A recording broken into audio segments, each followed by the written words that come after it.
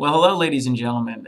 Thank you for joining today. It's July 8th, 2014, and I'm going to be talking to you today about the reverse mortgage program. And more specifically, I'm going to be talking to you about the government reverse mortgage program called HECM. In the industry, we call them HECMs, and it stands for Home Equity Conversion Mortgage. Now, thankfully, over 90% of the reverse mortgages on the market today are these government reverse mortgage programs, and they're very good loan programs for the right people. When we talk to people about reverse mortgage and when they ask us about reverse mortgage, it's not a one-size-fits-all for everybody. So depending on your needs, a reverse mortgage is a wonderful tool. And it's not just for poor people. There are certain instances where it would benefit you greatly even if you have income or assets to fall back on. And that's something that I could talk to you about individually. But what are reverse mortgages? Well, they're basically just like they sound. It's a mortgage in reverse. So instead of you making that payment monthly to the bank pays you. And you have 4 different ways to get your money. The first way is in a lump sum. The second way would be a monthly income that carries with you as long as you own the property and as long as you live in the property. And then the third way is a line of credit.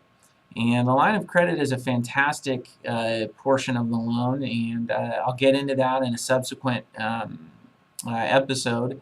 But those are basically the 3 main ways that you can get money out of your home with a reverse mortgage. And the fourth way would be a combination of all of those 3. So you can get a lump sum at closing plus a monthly payment for life as long as you own and live in the home.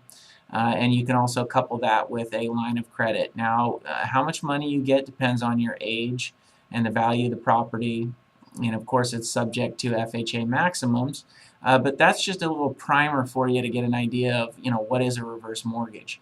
So, like I said, if you make a payment to the bank right now, think about what you could do if you were not doing that. So if you make a $1,000 a month payment, what could you do with that $1,000 a month? Would it allow you to vacation? Would it allow you to give the money to your kids or your grandkids and see them spend it while you're alive? So anyhow, there's many different options, and I'm going to get into all the different options in more episodes, but it would be about an hour-and-a-half video if I were to do it in one shot. So that's a beginning primer.